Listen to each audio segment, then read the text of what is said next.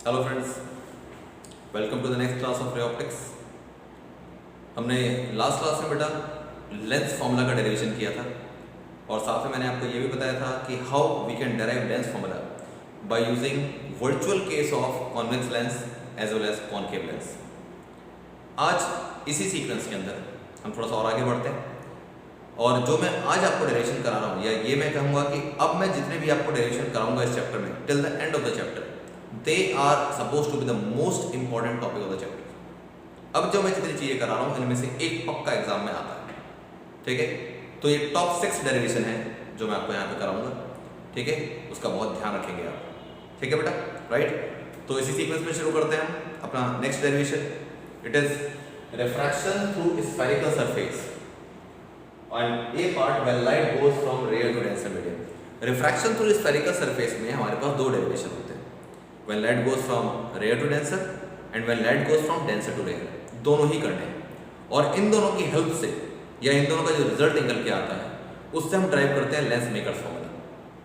तो lens maker formula conceptually आप तभी समझ पाएंगे जब आपको ये दोनों डेरिवेशन आती है। मोरओवर ये दोनों के दोनों डेरिवेशन इंडिविजुअली भी आ सकते हैं एग्जाम के अंदर, तो आपको बहुत ढंग से बहुत अटेंशन देकर इसको सीखना है, ठीक है बेटा।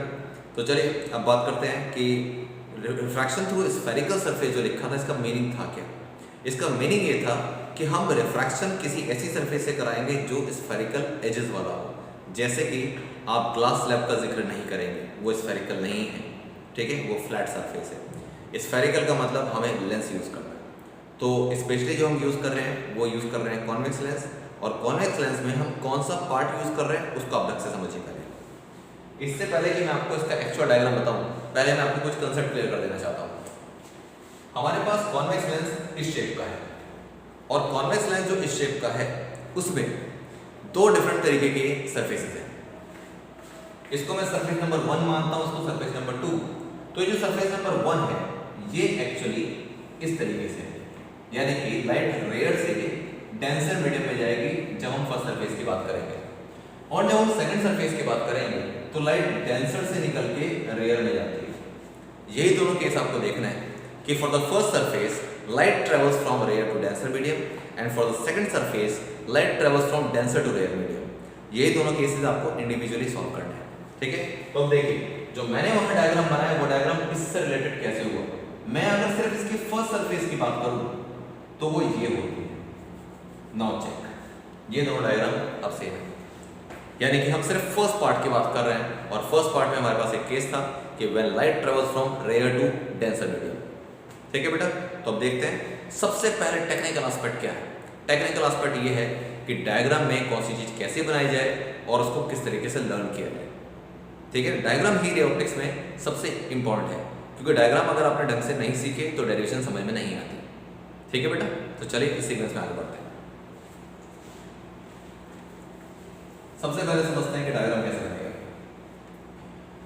तो मैंने एक पार्ट ले लिया लेंस का, फर्स्ट पार्ट, ठीक है, और पीछे ऐसे दिखा रखा है। पीछे इस वजह से ऐसे दिखा रखा है ताकि हम उसके अंदर के पार्ट को थोड़ा एनलार्ज करके समझ सकें, ठीक है। अब P इज पोल, ये पोल हो गया, प्लस O हो गया क्या, O ऑप्टिकल सेंटर नहीं है, O इज फॉर ऑब्जेक्ट। और ऑब्जेक्ट कैसा है, point size object. Point size का मतलब क्या होता है कि हम पूरे ऑब्जेक्ट को एरो की तरह मार्क ना करके एक पॉइंट पे दिखा रहे हैं, ठीक है। तो अब ये हमारे पास ऑब्जेक्ट हो गया। अब देखो लाइट रे कैसे जाती है और किस तरीके से कंसेप्चुअली डायग्राम बनता है। सबसे पहले दिस इज इंसिडेंट रे। अब ये इंसिडेंट रे कैसे जाएगी, किधर जाएगी, उसके लिए आपको सबसे पहले एक नॉर्मल बनाना पड़ेगा। अब वो नॉर्मल कैसे, इस सरफेस पे आके टकराती है तो मैं इस सरफेस पे परपेंडिकुलर ड्रॉ करता हूं। अब आप समझ सकते हैं बेटा कि इस कर्व सरफेस के ऊपर परपेंडिकुलर बिल्कुल ही हुआ है, क्योंकि अगर मैं यहाँ पे टेंजेंट ड्रॉ कर दूं तो टेंजेंट के हिसाब से परपेंडिकुलर ही हो जाएगा, ओके। तो ये तो हमारे पास हो गया क्या, परपेंडिकुलर, यानी कि नॉर्मल। नॉर्मल जिस पॉइंट पर इंटरसेक्ट करता है उस पॉइंट को बोलते हैं C। That means the normal intersects at principal axis at point C, जिसको हम नॉर्मली सेंटर ऑफ कर्वेचर के नाम से जाने करते हैं, ठीक है। अब सुनिए, अगर ये C हो गया तो फिर अब इस लाइट रे को जाना कहां है, इंसिडेंट रे ये रही, इसको एक्चुअली जाना कहां था, इसको जाना था यहां पे। ध्यान रखिए, आप जब बुक में देखेंगे डायग्राम पूरा कंप्लीट आपको मिल जाएगा। कुछ बच्चे डायग्राम देख कर रट लेते हैं, लेकिन मैं आपको बता रहा हूँ कि डायग्राम बन कैसे रहा है, इसको सीखना बहुत जरूरी है। तो when light travel, incident light comes from O, ठीक है, तो इसको कहाँ जाना था, इसको जाना था straight, but as it is moving from rare to denser medium, जैसे रेयर मीडियम ये एयर था और एक ग्लास होकर डेंसर मीडियम हो गया, and it moves from rare to denser medium, it will bend towards the normal. और towards the normal का मतलब क्या हो गया कि ये नॉर्मल था तो लाइट ऐसे ना जाके नॉर्मल की तरफ ऐसे बेंड हो गई, और अगर ये बेंड हो गई तो बेंड होने के बाद यहाँ पे आएगा। Let this point is I. अब आई क्यों रखा हमने, ऑब्जेक्ट से फाइनली जो बनता है उसको बोलते हैं इमेज। तो I for image, O for object and C for centre of curvature, let, and T is what, pole. मतलब सेंटर ऑफ कर्वेचर वैसे जो टर्म होता है बेसिकली उसको हम लेंस के लिए जनरली बोला नहीं करते हैं, लेकिन ये वैसा ही है जैसे 2F होता है, ठीक है। अब देखिए जो रेयर मीडियम था इसको अगर मैं मीडियम 1 मान लूं और डेंसर मीडियम को मीडियम 2 मान लूं, जैसा कि हम अक्सर मानते हैं 1 medium is rare and 2 medium is denser. तो अब देखो बच्चे और क्या क्या आपको ध्यान रखना है, इस पॉइंट को A मान लो जहां पे इंटरसेक्शन होता है, let this point is A, और यहां से आपको एक परपेंडिकुलर ड्रॉ करना है, उसका नाम N ले लेते हैं। AN is perpendicular. परपेंडिकुलर की जरूरत क्यों है, परपेंडिकुलर की जरूरत इसलिए है कि जब हम ट्राइंगल का डिस्कस करेंगे, ट्राइंगल को सॉल्व करने की कोशिश करेंगे, तो परपेंडिकुलर हमेशा हमें एक राइट एंगल ट्राइंगल का कंसेप्ट देगा और वहां पे चीजों को सॉल्व करना इजी होगा, इसलिए हमने यहाँ पे परपेंडिकुलर AN ड्रॉ किया है। अब इसके अलावा क्या, इसके अलावा ये कि मैं वैल्यूज पुट कर लूं कि कहां से लेकर कहां तक की वैल्यू क्या होगी। पोल से लेकर ऑब्जेक्ट तक की वैल्यू होगी object distance -c with sign convention. Pole से लेकर centre of curvature is basically r, radius of curvature, right side में जा रहा है पॉजिटिव r मान लूंगा in the direction of light, ठीक है। फिर पोल से लेकर, ये पोल था और यहां से लेकर I तक इमेज तक, वो हो गया +3। तो जब भी मुझे जरूरत पड़ेगी मैं इन तीन चीजों को पुट करूंगा। This is about the diagram. और डायग्राम बनाते हुए ध्यान रखें, एक एरो मैंने बनाया इंसिडेंट रे पे, एक एरो बनाऊंगा रिफ्रैक्टेड रे पे, और एरो हमेशा रियल रेस के ऊपर बनता है, वर्चुअल नहीं, क्योंकि इसमें एक्चुअली रे यहां से आके यहां निकल गई, एक्चुअली सिर्फ इतना हुआ है। बाकी मैंने जितनी चीजें बनाई हैं दे आर इमेजिनरी, वो इमेजिनरी है, यानी कि वहां पे आपको लाइट जाती भी नहीं दिखाई देती है, लेकिन एक्चुअली वो चीज एग्जिस्ट करती है। चीज एग्जिस्ट कर रही है लेकिन लाइट नहीं जा रही, तो इसका मतलब इमेजिनरी कंसेप्ट आ रहा है, ठीक है। अब सुनिए कैसे शुरुआत करें डेरिवेशन। तो डेरिवेशन को शुरुआत करने के लिए मुझे यहाँ कुछ एंगल चाहिए होंगे। अब एंगल का सीक्वेंस ध्यान रखना है। सबसे पहले है ऑब्जेक्ट, फिर है इमेज और फिर है सेंटर ऑफ कर्वेचर।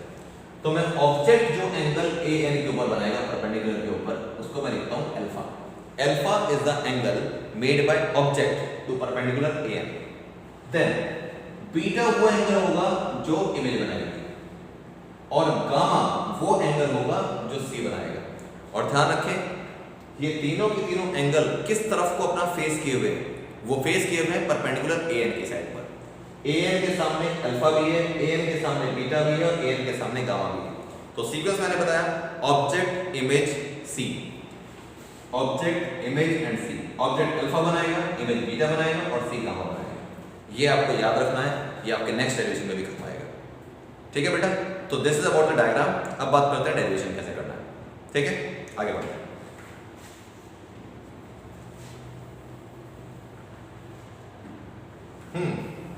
ध्यान रखिए डेरिवेशन करते हुए मुझे स्नेल्स लॉ भी यूज करना पड़ेगा, उसकी जरूरत हमको पड़ेगी। और ये मीडियम 1 था, ये मीडियम 2 था।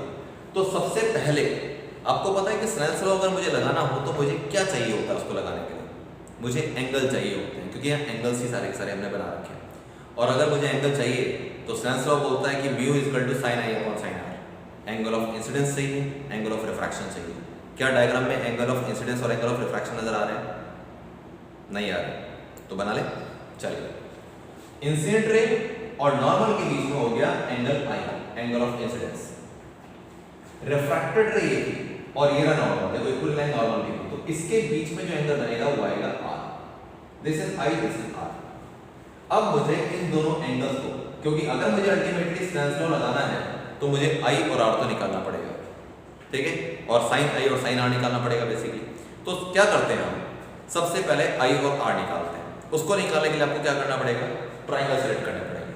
तो मैं एक ट्राइंगल सेलेक्ट करता हूं OAC या AOC, जो भी आपका नाम होना चाहिए। ये अगर मैं पूरा ट्राइंगल सेलेक्ट कर लूं तो आई एंगल इस ट्राइंगल का एक्सटीरियर एंगल है, और एक्सटीरियर एंगल की प्रॉपर्टी पढ़ी हमने, exterior angle is equal to sum of interior both angles, यानी कि I is equal to alpha plus gamma हो जाएगा। तो वैसे हम लिखना चाहते हैं, मैं लिखता हूं in triangle AOC angle I is equal to alpha plus gamma, और ये एंगल कौन सा था? एक्सटीरियर एंगल, ठीक है। EXT का मतलब हो गया exterior angle I is equal to alpha plus gamma. अब मैं बात करता हूं मैं किस ट्राइंगल से एंगल R निकाल सकता हूं, वो मेरे पास है ACI, in triangle ACI, triangle ACI R और बीटा तो ट्राइंगल के अंदर है लेकिन गामा बाहर है, और गामा एक्सटीरियर एंगल है इस ट्राइंगल का, तो गामा इस पर हो जाएगा R plus beta.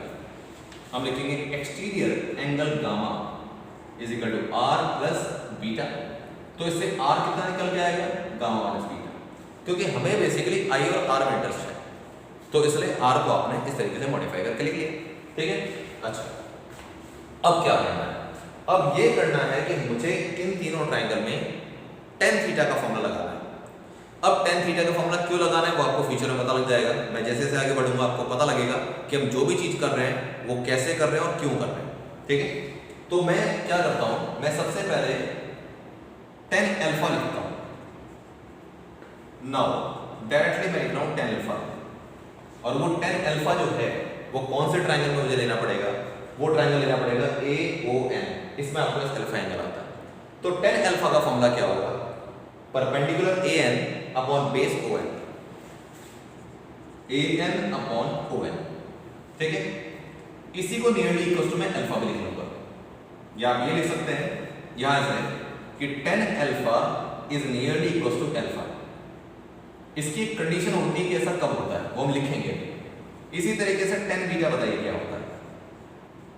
tan beta nearly equal to beta is equal to, tan beta निकलेगा AIN वाले फॉर्मूले से, ट्राइंगल से। tan beta is equal to perpendicular AN upon base NI, AN upon NI, ठीक है।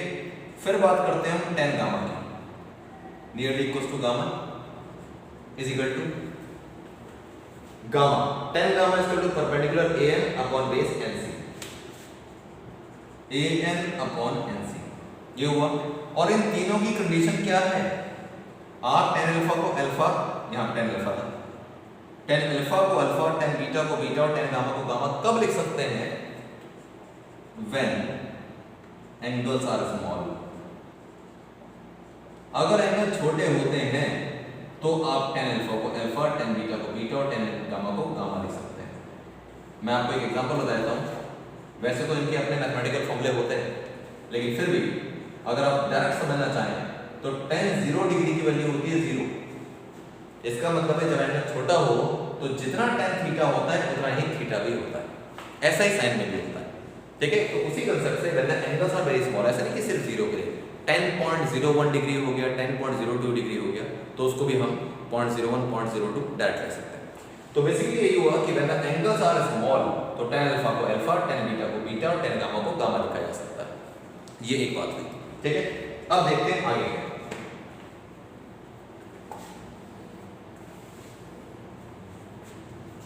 अब क्योंकि मेरे पास अल्फा, बीटा और गामा की वैल्यू है, तो फिर मैं एंगल आई और एंगल आर की वैल्यू निकाल सकता हूं। Angle I is equal to, angle I की वैल्यू क्या है हमारे पास? एंगल आई हमारे पास है अल्फा प्लस गामा। अब अल्फा की वैल्यू क्या है हमारे पास? अल्फा की वैल्यू थी आपके पास AN अपॉन ON, ठीक है। अल्फा की वैल्यू थी, चलो ये काम कर सकते हैं। वैसे तो इसको आप अभी पुट कर सकते हैं, इसको आप बाद में पुट कर सकते हैं। मैं एक काम कर सकता हूं, मैंने कहा था कि मुझे I और R ये दोनों के दोनों इसलिए चाहिए ताकि मैं स्ट्रेंथ लॉ लगा सकूं, ठीक है। तो देखते हैं, पहले स्ट्रेंथ लॉ लगा लेते हैं, इस वैल्यू को हम बाद में पुट कर सकते हैं, वो थोड़ा ज़्यादा कन्वीनियंट हो जाएगा, ठीक। तो देखिए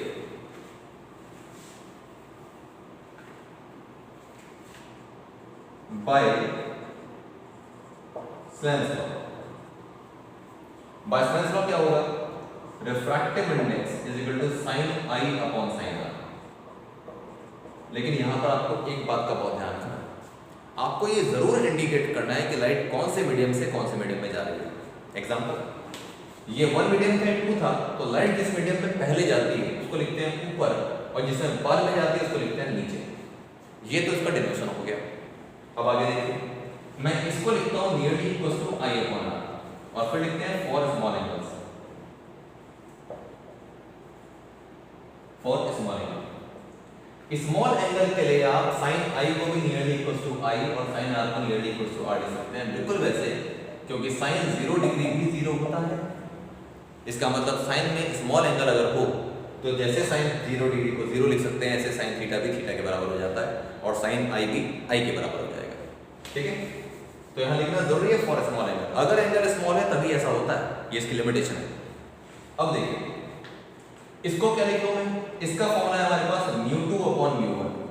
ये हमने स्नेल्स लॉ जब किया था, और मैंने आपको रिफ्रैक्टिव इंडेक्स के जब फॉर्मूले लिखवाए थे, when angles are given, when velocities are given, when refractive indices are given, तो when refractive indices are given का मैंने फॉर्मूला लिखवाया था, तो फॉर्मूला मैंने आपको ऐसे बताया था, नीचे वाला ऊपर आ जाता है, ऊपर वाला नीचे आ जाता है, इक्वल टू आ गया I अपॉन R। अब क्या करना है, क्रॉस मल्टीप्लाई कर दो। जब क्रॉस मल्टीप्लाई करोगे तो क्या आंसर आएगा, μ2 into R is equal to μ1 into I। ये आपके पास निकल के आया फिर। अब आपको यहाँ पे I और R की वैल्यू पुट करनी है, जो हमने यहाँ से निकाला थी, और फिर इसको हमको सॉल्व करके सॉल्यूशन निकालना है। ठीक है, तो चलिए आगे देखते हैं।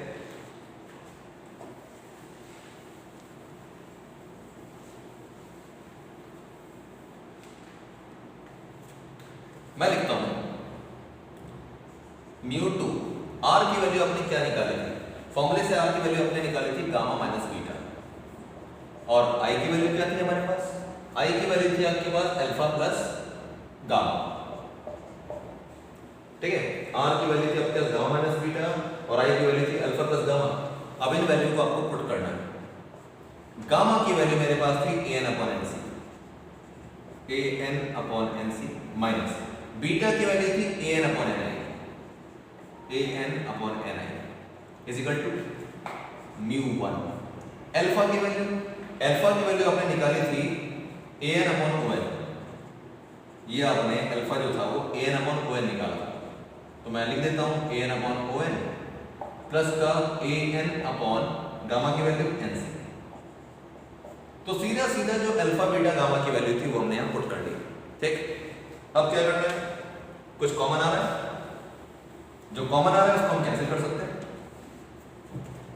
मैं an अगर कॉमन लेके कैंसिल कर दूं तो क्या बचेगा मेरे पास, μ2 upon nc minus 1 upon ni is equal to μ1 1 upon on plus 1 upon nc। ये निकल गया। ठीक है, अब इन सब की मुझे वैल्यू पुट करनी है, लेकिन उससे पहले एक काम, रे ऑप्टिक्स की एक कंसीडरेशन है कि हम एपर्चर को स्मॉल मान के चलते हैं, और एपर्चर को अगर आप स्मॉल मान के चलेंगे तो इसका मतलब है कि इसका कर्वेचर अगर मैं कम कर दूं, इसको अगर मैं थोड़ा सा ऐसे कर दूं, तो क्या होगा, ए पॉइंट जैसे जैसे नीचे आने लगेगा एन पॉइंट पी के पास पहुंच जाएगा। इसका मतलब ये होता है कि हम लिखेंगे यहाँ पे for small aperture point N will be very close to P, और जैसे ही एन पी को ओवरलैप कर जाएगा तो जहां जहां मैंने पी लिखा है वहां वहां एन आ जाएगा, या जहां जहां मैंने एन लिखा है वहां वो पी आ जाएगा। तो हम क्या लिखेंगे यहाँ पे, फॉर स्मॉल एपर्चर। मैं इस बात को आपको दोबारा बताना चाहूंगा कि स्मॉल एपर्चर का मतलब ये होता है कि आप इस पूरे पार्ट को, जो कर्व पार्ट है, उसको जब मैं छोटा करता जाऊंगा तो क्या होगा, ए पॉइंट नीचे आता जाएगा, एन पॉइंट इधर आता जाएगा, तो एन पॉइंट पी के साथ ओवरलैप कर जाएगा, और एन अगर पी के साथ ओवरलैप कर जाएगा तो इसका मतलब जहां जहां एन आता है वहां पे मैं पी लिख पाऊंगा। तो अब हम लिखेंगे therefore n will be very close, या for small aperture n will be common रखें, n will be very close to p, और जब ये इसके काफी क्लोज आ जाएगा तो हम क्या करेंगे, therefore μ2 1 अपॉन nc की जगह लिखोगे pc माइनस ni की जगह लिखोगे pi is equal to μ1 1 upon op, n की जगह p आ गया, प्लस 1 अपॉन pc। तो बहुत क्लियर बात है, O से लेकर N तक का डिस्टेंस जो है वो OP के बराबर हो जाएगा, N से लेकर C तक का जो डिस्टेंस है वो PC के बराबर हो जाएगा, N से लेकर I तक का जो डिस्टेंस है वो PI के बराबर हो जाएगा। तो जहां जहां N लिखा था उसको हमने P से रिप्लेस कर दिया। ठीक, अब आगे देखते हैं। अब इनकी वैल्यू पुट कर दो, बस इनकी वैल्यू पुट करके आपको सॉल्व करना है और आपका डेरिवेशन हो जाएगा 1/PC। Check from diagram, P से लेकर C तक की वैल्यू है प्लस R, तो मैं यहाँ पे R लिख लेता हूँ, माइनस 1/PI। P से लेकर I तक का डिस्टेंस है प्लस का V, तो यहाँ मैं V लिख लेता हूँ, इज इक्वल टू μ1 1/OP।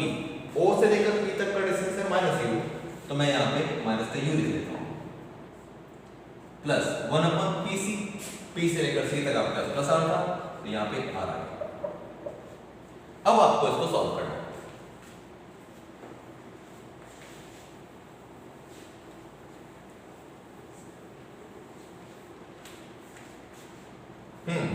तो मल्टीप्लाई करते हैं अंदर, तो क्या आएगा आपके पास, μ2/R minus μ2/V is equal to μ1/-U plus μ1/R। ठीक है, अब सॉल्व करने का तरीका बड़ा सिंपल है, जो R वाले हैं उनको एक साइड पे ले लेते हैं और U और V वालों को दूसरी साइड पर। तो मैं लिखता हूं उसको μ2/R, ये तो यही करता हूं, μ2/R। μ1/R को मैं इधर ले आऊं तो माइनस का μ1/R हो जाएगा, इज इक्वल टू इसको उधर ले जाए μ2/V और ये माइनस का था μ1/U। तो फाइनली क्या आता है, मैं इसको लिख सकता हूं μ2 minus μ1/R, μ2 minus μ1/R is equal to μ2/V minus μ1/U। This is the final expression जो आपको ड्राइव करना है। लाइट जब भी रेयर से डेंसर मीडियम में जाएगी थ्रू स्फेरिकल सरफेस, तो उसका फॉर्मूला जो होगा वो ये होगा, और यहाँ पे हर सिंबल का मतलब बिल्कुल क्लियर है। μ1 is the refractive index of this medium, अगर ये एयर है तो μ1 की वैल्यू 1 होगी, अगर ये ग्लास है तो इसका रिफ्रैक्टिव इंडेक्स है μ2, उसकी वैल्यू हो जाएगी 1.52 या 1.5। ठीक है, R का मतलब इसका R जो इसका रेडियस ऑफ कर्वेचर वो आप पुट कर देंगे, V का मतलब इमेज कहाँ बनती है, U का मतलब ऑब्जेक्ट कहाँ पे था। इनमें से आपको कुछ वैल्यू गिवन होती है और कुछ वैल्यू आपको निकालनी होती है।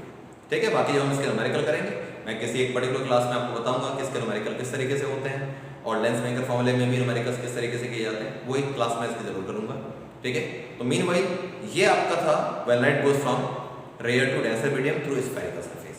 इस डेरिवेशन को ढंग से करिए और मैं अपने नेक्स्ट वीडियो के अंदर आपको बताऊंगा कि how to solve when light goes from denser to rare medium. वो डेरिवेशन भी इंपॉर्टेंट है और उसका सोल्यूशन भी आपको देखना है। ठीक है, see you then, next video में मिलते हैं। Take very good care of yourself. Thank you so much.